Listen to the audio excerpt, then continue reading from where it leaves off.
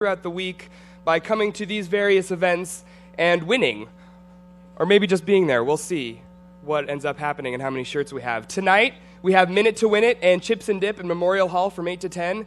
It's pretty much like the TV show. It's going to be so much fun. It's just going to be fantastic. I can't wait. And then you can see all the rest of these things the rest of the week. So, happy Spring Fling, everybody.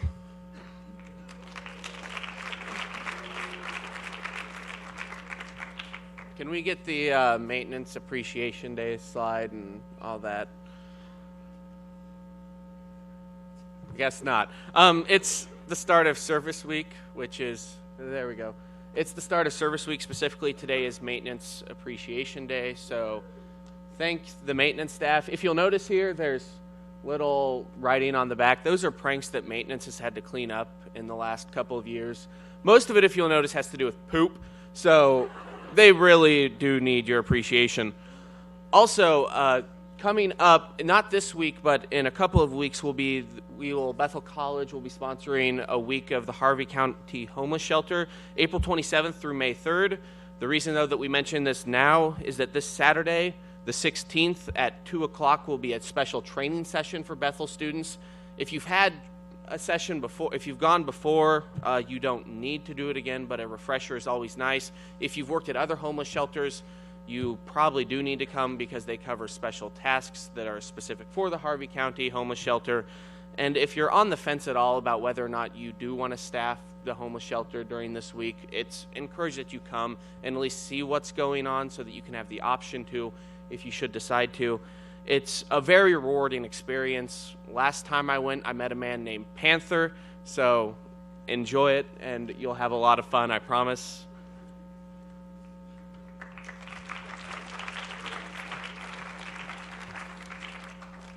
Alex mentioned that this is Service Week, and I would like to remind all of you that Service Day is Wednesday. You may sign up outside the cafeteria today and tomorrow over the lunch hour. And an additional reminder that Bethel College Mennonite Church is sponsoring a free Service Day celebration meal Wednesday evening at 6 p.m. That meal will take place in the recreation area immediately east of the church. So happy Service Week, happy Service Day on Wednesday. For the rest of today's convocation, I would like to turn this over to Nathan Bartel, Assistant Professor of English. Nathan also served as the chair of the task force that worked last summer. That included faculty representation, also the Student Senate President, Julia Huxman. As you may recall, early in the fall semester, we announced the recommendation from that task force, and that recommendation was eventually accepted. So the core shared liberal arts curriculum at Bethel will from this point forward be known as the Common Ground curriculum. And to tell you more about that, please welcome Nathan Bartel.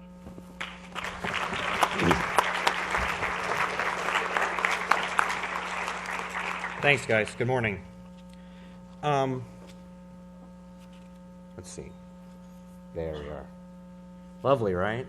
So this is the logo that Erin Myrtle, who unfortunately is no longer with us. No, she did not die.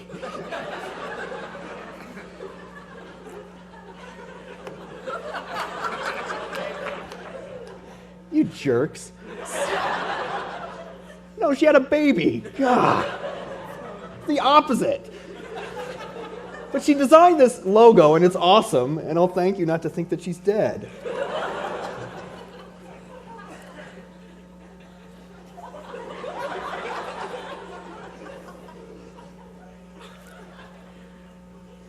Okay, here's the plan for today.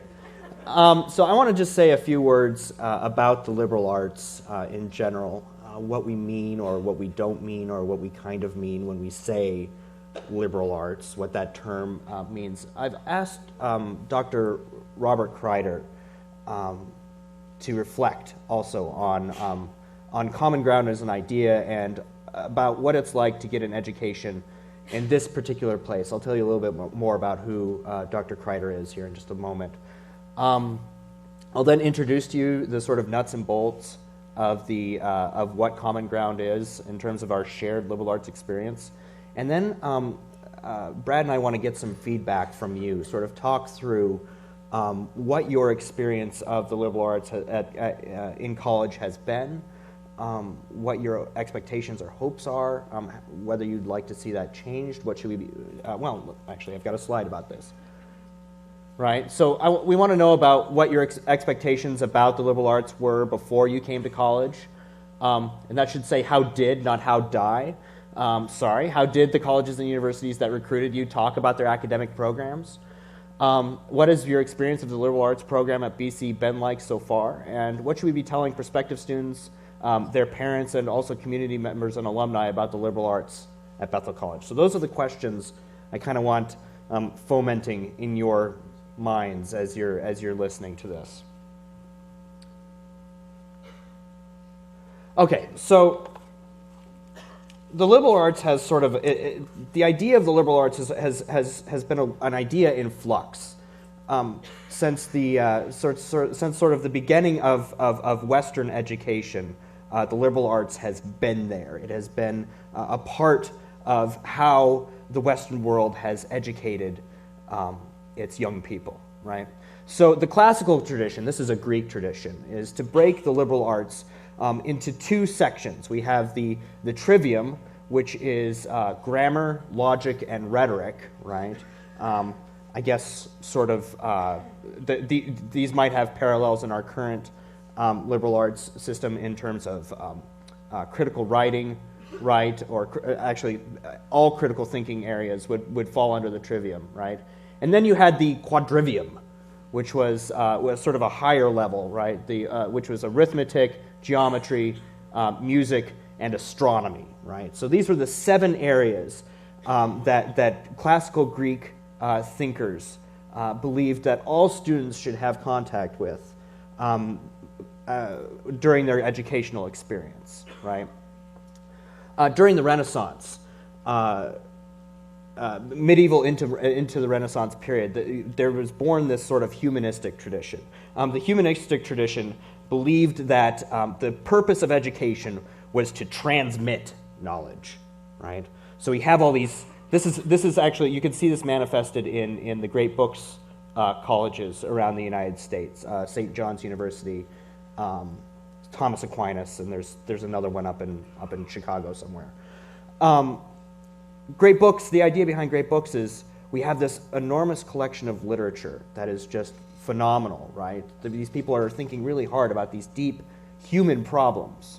And the idea behind the humanistic version of the liberal arts was, well, we should get students in contact with as many of those books as we can, right? And the idea is that they would glean little pearls of wisdom, right, from these books, right? Everything from the early Greek philosophers up to, Tocqueville and Faulkner and up into contemporary literature, right?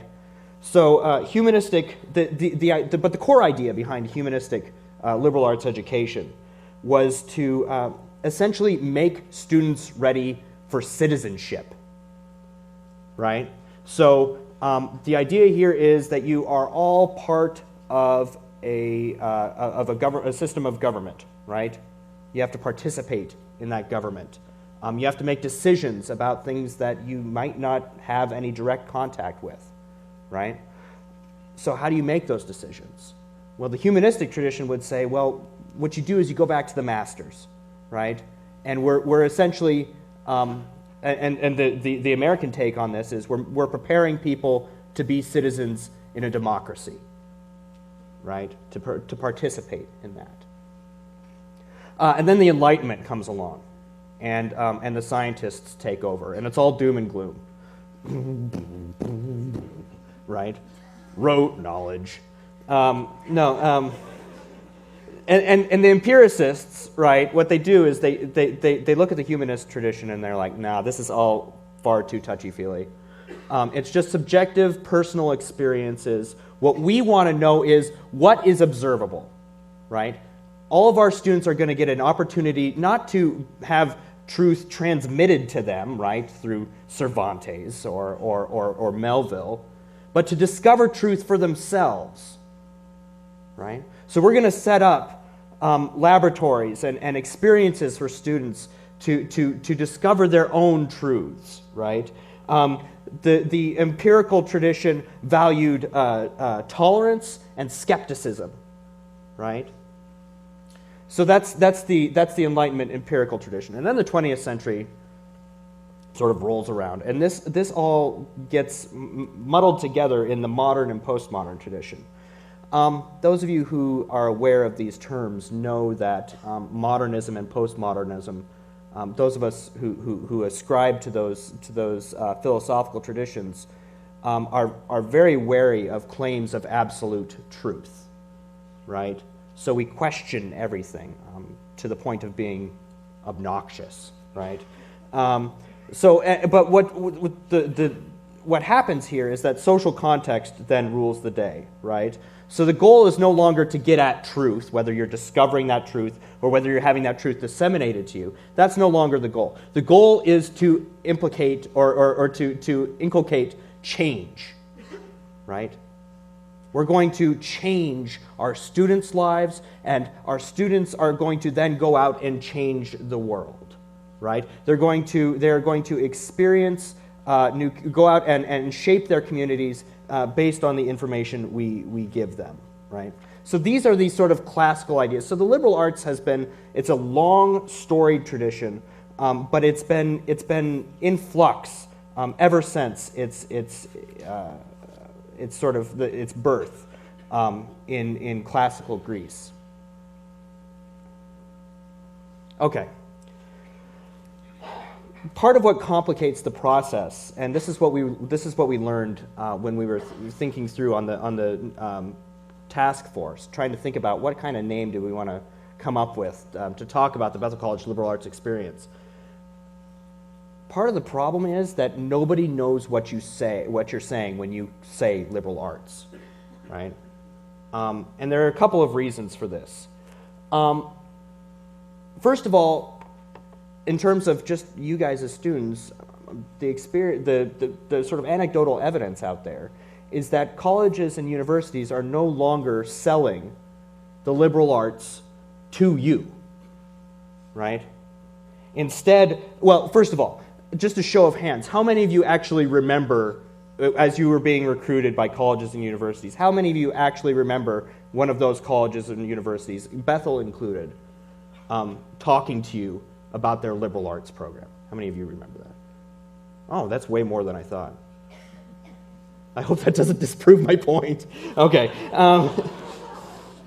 Crap. Whether or not they talked to you about it, though, I would suspect that it wasn't necessarily foregrounded, right? That it wasn't the first thing that they paraded out in front of you. My guess is what those colleges and universities paraded out in front of you would have been something like what sort of majors the college had to offer, the sort of vast variety of majors, right? Opportunities for student participation, right? You can sing in the choir. You can be a member of the football team, the volleyball team, right? You can participate in dramas on the stage, right? So I would suspect that those were the things that were foregrounded for you. And part of the reason I think that happens is because there's a deep level of uncertainty as to what the term liberal arts actually means in the first place, much less what it looks like in practice on college campuses, right? Which leads me to the second point. Oh, yeah, okay. So you've got an interest in career training, emphasis on student participation, and then just general mass confusion. Seth, what are you doing back there? Oh, mass confusion? He's miming mass confusion.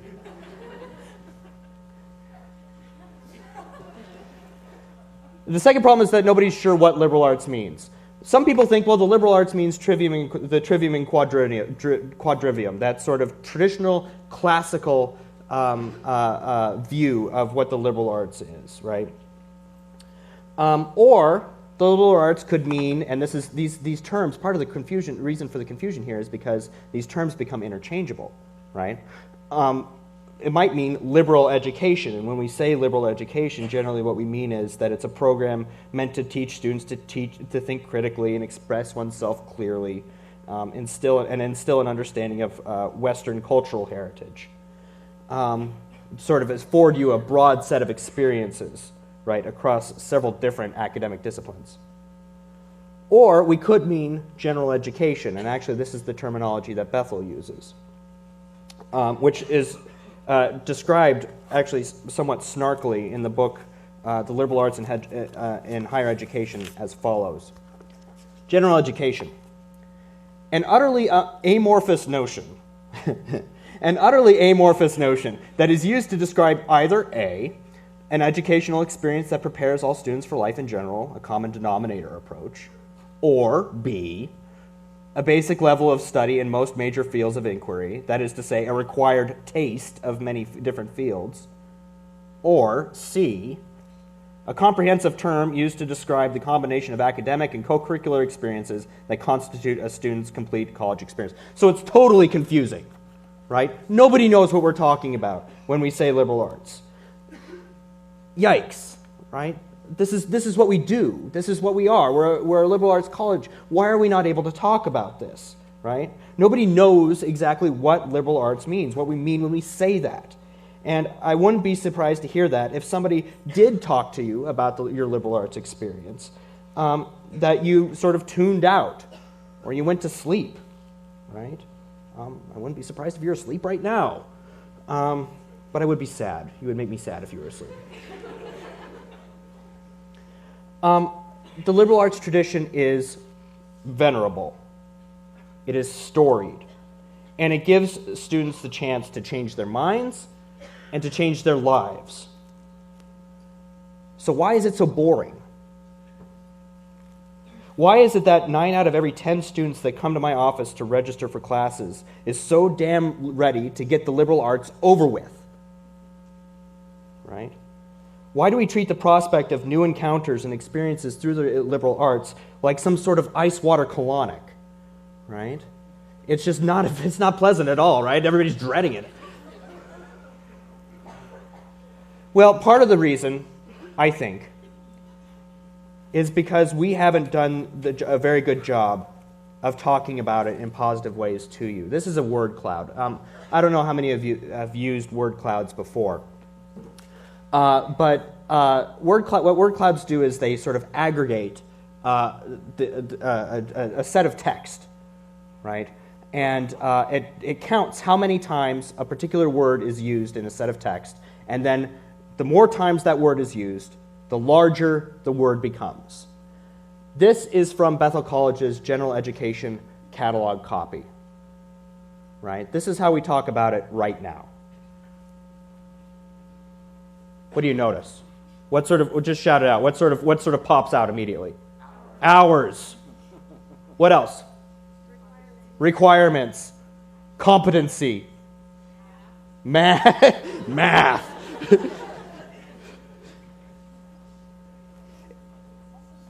Well, yeah, students is there too, and I guess I feel good about that. The point being, guys, that we have not done a very good job of talking about the liberal arts with you in a way that's positive. So no wonder you dread it. We use terms like requirement. We use terms like competency, right? Math is fine. Math is awesome. That I'm okay with, right? But the number one used term here is hours, right? What is wrong with us? That's the question that's the question that our task force wanted to wrestle with.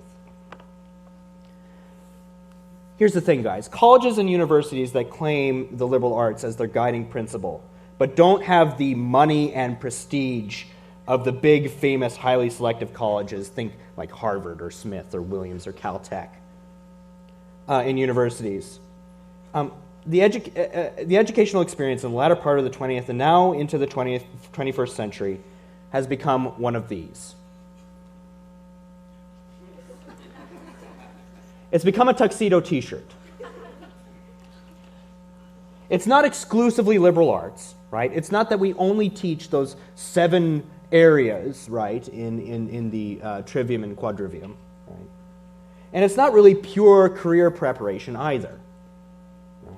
It's a tuxedo t-shirt. It's something that is neither one thing nor the other. And with the what the increasing emphasis on career training has meant for these schools, and I would include every school in the KCAC in this, including Bethel, is a consistent foregrounding of programs offered or career tracks established, while the liberal arts aspect, that is asking fundamental questions about human existence, having meaningful experiences across multiple disciplines, the liberal arts takes a back seat. In fact, I would challenge any one of you to go onto either this will be on the common ground will be on the front of the homepage now, so we no longer count in this. But I would challenge you to go to any one of the KCAC schools and try and figure out what they mean when they say liberal arts. It's impossible. It's absolutely impossible. We are amongst the schools that have been sent scrambling to convince students to pay tuition and take classes that they may think that initially they have no interest in. Right? And as the economy tanked in the last 2 years or so, we have seen the liberal arts fade further and further into the background. Programs are being cut, requirements excised, and those parts of the curriculum that remain, we end up apologizing for. Oh, I'm sorry, you have to take this class that's outside your interest area. Right? I mean, the content is really important, and the professor is incredible, and there are things you might learn that might change the way you see yourself in your world, but sorry. Close your eyes and grit your teeth. It'll be over soon, and then you can get on to taking the classes that you really want to take. So the question I'd pose to you then is, where is Bethel in all this? Are we a tuxedo t-shirt school? How important are the liberal arts to the life of the college and for you, right, its students? Is this a trend worth reversing? And if so, how do we go about doing that? So the liberal arts are in trouble, and all the major higher ed newspapers have been screaming this for the past few years. Like, the liberal arts are dying. What do we do? And in the midst of all this weeping and gnashing of teeth about the survival of the liberal arts, Bethel College faculty made an exceptionally brave decision. Instead of cutting up the core curriculum, Bethel instead would strengthen it, reinforcing the college's commitment to enacting its values in its day-to-day life. We knew as well that the experiences that students were having at Bethel College were unlike any other liberal arts program in the nation. What you get here is unlike anything else, anywhere else. So why was that a secret? So Brad formed a task force when it consisted of Larry Friesen, Francisca Mendez Harklerode, Kirsten Zerger, Julia Huxman, and yours truly up here, Beardy McTarkerson, and asked us to find a name for the one-of-a-kind liberal arts experience that we offered at Bethel.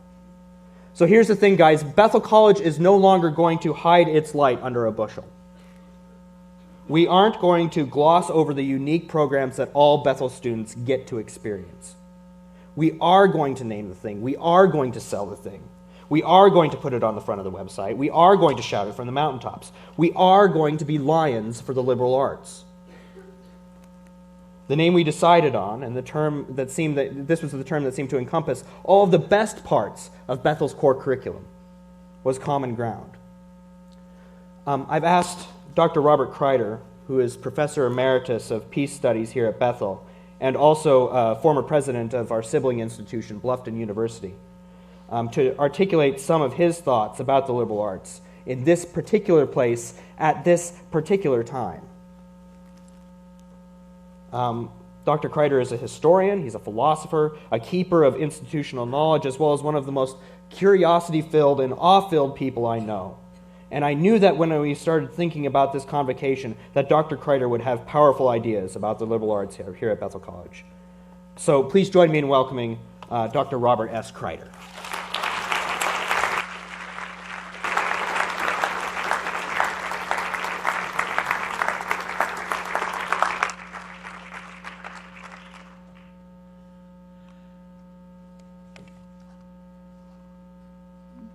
Nathan, I'm going to have to talk with you after this about dragging me into this confusion.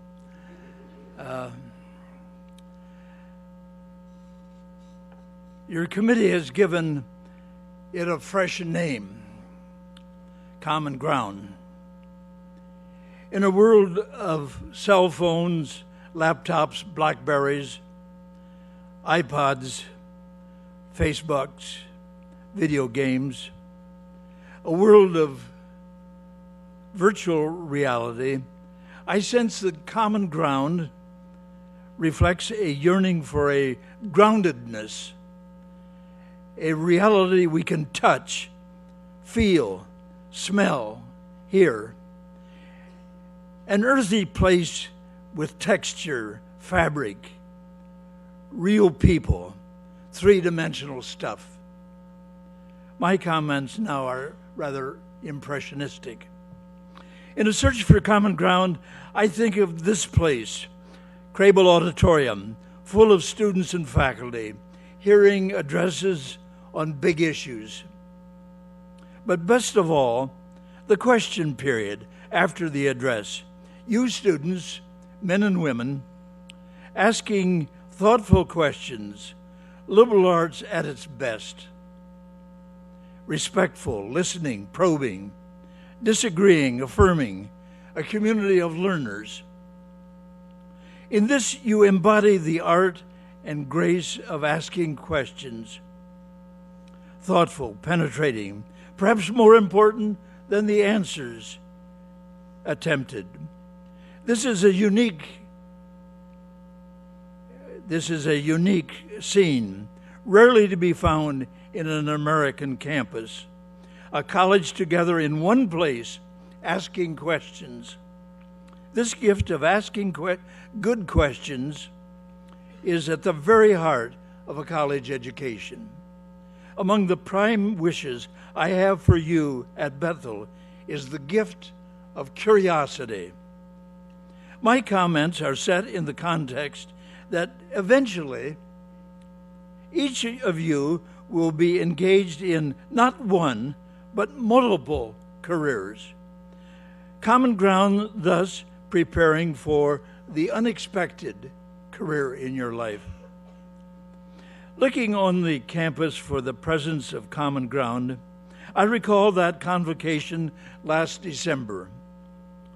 Students and faculty gathered in the college church, singing under student directors Handel's Messiah. Again, a unique scene in higher education, a community bonding in four-part singing, a singing campus, a community carried on the wings of song. I like to think that the liberal arts, at the best, have a poetic touch, a place where spirits soar, common ground.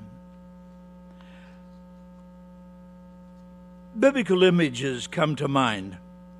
Moses tending sheep on the grasslands of Horeb is startled, confronted by a burning bush and the voice of God. Come no closer. Remove your sandals from your feet, for the place in which you are standing is holy ground. Sacred space, common ground.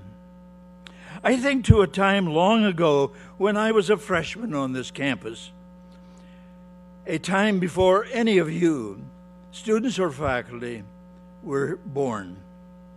It had been a hot, dry summer of drought.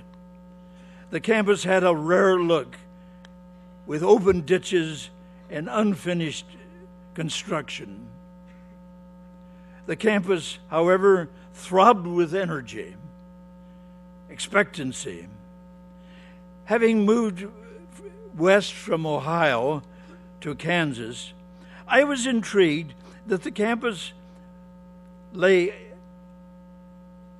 astride the Chisholm Trail, where in the 1860s, 1 million longhorn cattle from Texas had been driven north 60 miles to the railhead at Abilene. The college then had just come up with a wonderful slogan, where good friends meet at the crossroads of the nation. Common ground. That fall, I remember at an electrifying chapel address by Dr. Harshbarger, who would become my major professor. Just back from Europe, he described Europe teetering on the edge of war with Hitler. An exciting campus. In the sweaty old gym where the basketball team practiced, now the site of the student center, I recall attending a Buffalo barbecue.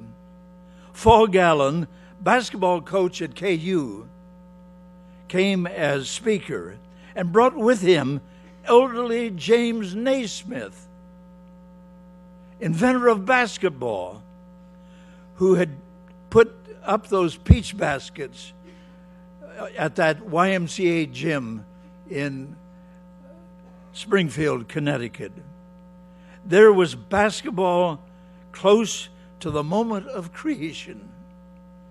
Sacred ground, common ground.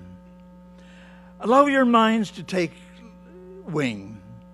Where on the campus have you had deeply meaningful experiences? Career-changing, liberating, energizing, empowering. A meeting where you were told that you had the right stuff to be a good coach, or that you should consider medicine as a career, or try a summer in ministry inquiry, or the accident or providence that the one assigned as your lab partner might become the romance of your lifetime. Those late night talks in the mod or lunches in the cafeteria, light talk, heavy talk, finding bonds of friendship that last forever, common ground. These thoughts triggered the conviction that one cannot sustain oneself as an agent of change or a professional as a loner. You need a base community, a congregation, a support team. Here one finds a web of community that is an essential source of renewal, affirmation, and bonding for a lifetime, common ground. At this time of the year, I am fascinated by all of you who are coming forward to offer public presentations of your research papers. Some papers with terms and titles that escape my understanding, and yet studies that suggest you are out on the cutting edge, studies that tug you into the outer edges of knowledge. I like that common ground, on the outer edges, wrapped in a touch of mystery. I'm intrigued by the reports you bring from cross-cultural studies. Testing your Spanish in a marketplace in Costa Rica. Helping build houses and befriending those who lost everything in Hurricane Katrina. Finding yourself entrapped in hostile security controls in Israel, in Israel's occupation of Palestine. Internships where you are called to be empathetic to the abused, the poor, the estranged. Helping others, but also learning the grace of receiving hospitality, common ground. I observe 5 of you from Ahmad, each with a different major, engaged in lively conversation about a wide range of topics, from the deeply serious to the mischievous. Again, you are bonded in close friendships in this college quest, common ground for a lifetime. I'm impressed that embedded in Bethel's heritage and curriculum is a commitment to nonviolent ways of living in a often violent world. At national levels, but more immediately at interpersonal and community levels, coping with family abuse, seeking resolution of school and town conflicts, mediating conflicts in the workplace, finding peace on common ground. A unique dimension to Bethel, which I did not fully grasp when I was a student, was Bethel's location in the very middle of the Great Plains, a vast 12-state area stretching from Texas to Canada's western provinces, from the Rocky Mountains to the Mississippi River. Once a sea of grass, and eons of time ago, an ocean. 2 weeks ago, my wife and I and another couple drove 60 miles east of the campus to the Flint Hills, to Teeter Rock, a site overlooking a great valley, a land empty of people, ranch country, cattle on 1,000 hills, a few lone windmills, no cars, a country of distant horizons, big sky, infinity, the Flint Hills, a natural treasure. Then to the west, last November we drove 70 miles west to the wetlands of Quivira, a national wildlife refuge, where at dusk we saw the sights and sounds of hundreds of thousands of waterfowl, shorebirds, landing en route in their annual migration from the lake and tundra country of Canada south to the Gulf of Mexico for refuge. Here, close to our campus, one of the continent's great highways of bird flight.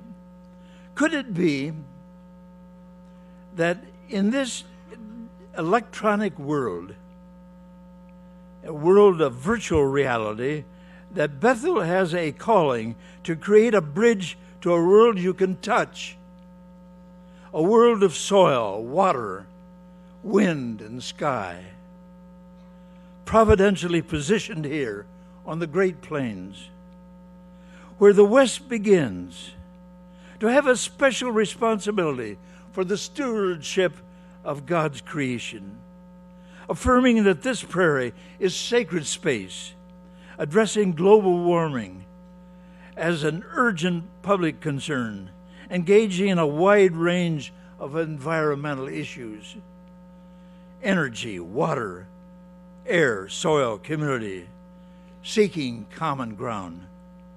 And now, a wild idea to test in Bethel's quest for common ground. A curricular innovation. Could Bethel experiment each semester with a 1-week all-campus study of one topic of urgent public concern? 1 hour of credit, a study that cuts across all departments, engages all students and all faculty, and reaches out to the community beyond. Each semester for 1 week, out here on the Great Plains, the eyes of campus and public would be drawn for an urgent issue, such as the Great Plains, sun and wind, and soil and water, or global warming, the issue of me now, us now, and others later, immigration, them or us, the information revolution, the art of keeping up, and a dozen more possibilities. Of course, it's a wild idea. A common ground week each semester. But it just might be a fresh approach that catches regional and even national attention.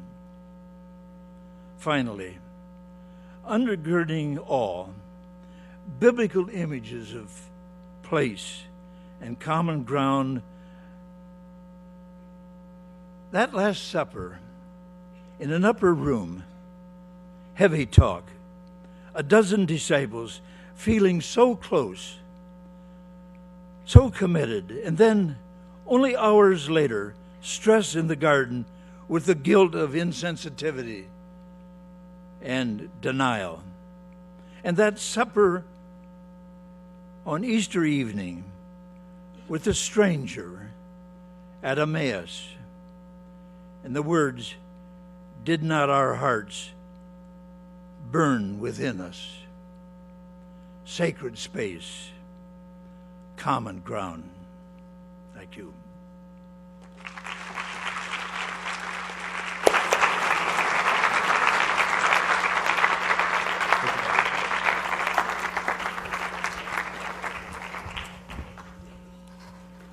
Thank you, Dr. Kreider. It's really powerful. Man. Okay, so I just want to take a few minutes to sort of talk you through how we came to the term common ground.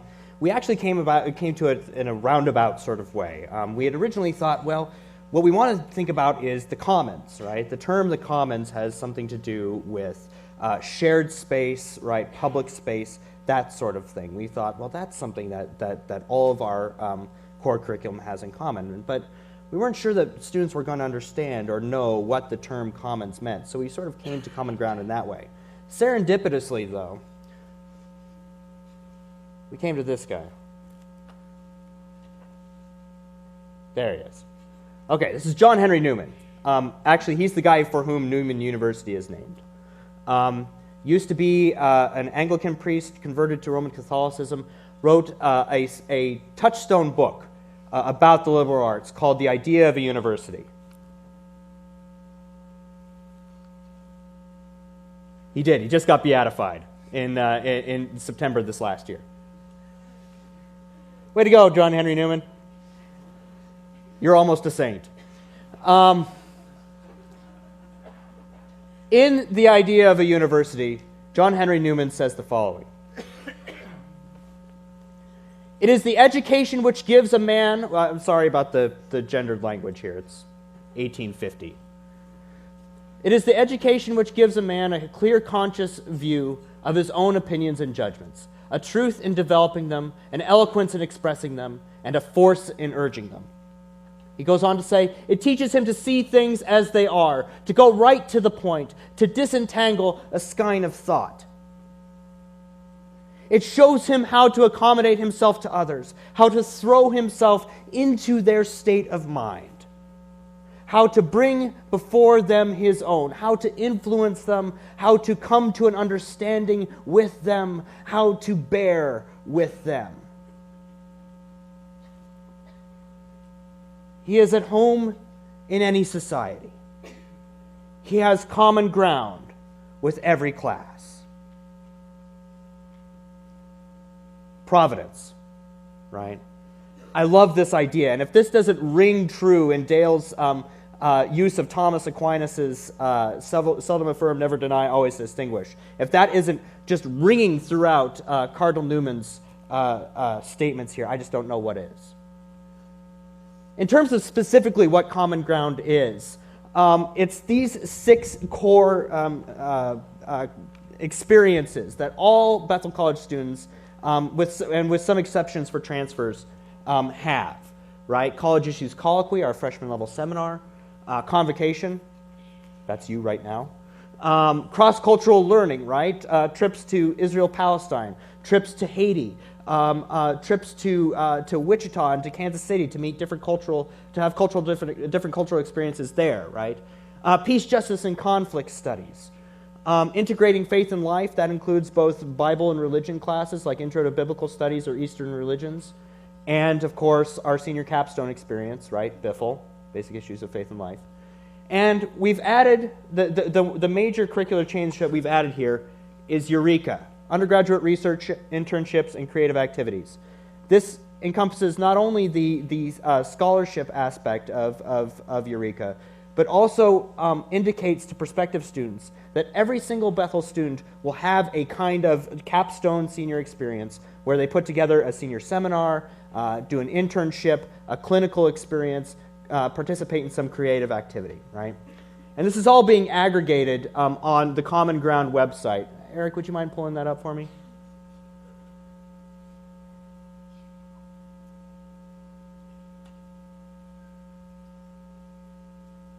So this is the Common Ground website, and the logo is actually going to be on the front of the homepage, down on the bottom left-hand quarter. So be looking for it here in the next couple of days, right?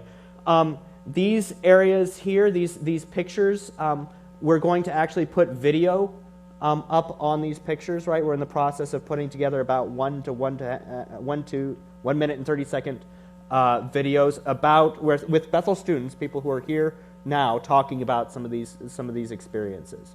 So that's what the website is going to look like. I would also mention that, thanks, Eric, you can go back to the PowerPoint now.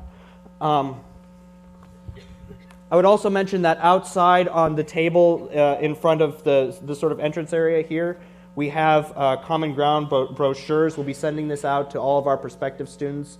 If you're interested in sort of just knowing more about what we're doing, what we're talking about, what we mean when we say Common Ground, there's about 100 of those out on that table there. Feel free to pick one up. And just to give you an idea as to the commitment of the faculty to this curricular experience, these are the participating faculty.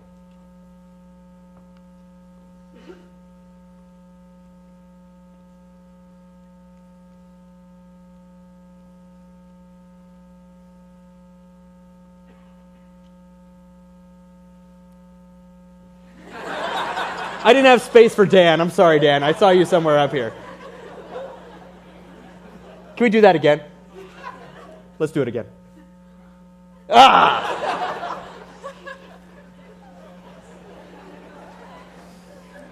Faculty from all different disciplines, from all different areas in the college, right? Coming together, teaching these courses, right?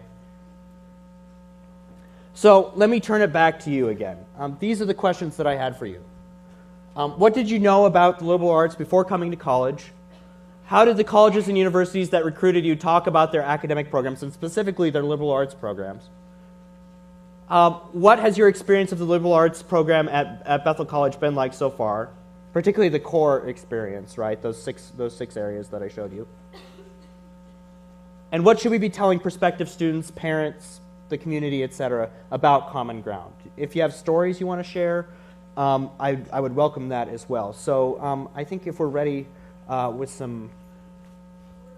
Oh, are we at time? Well, that sucks. Do you want to close up? Okay. Thanks, guys. Sorry we ran out of time. My bad.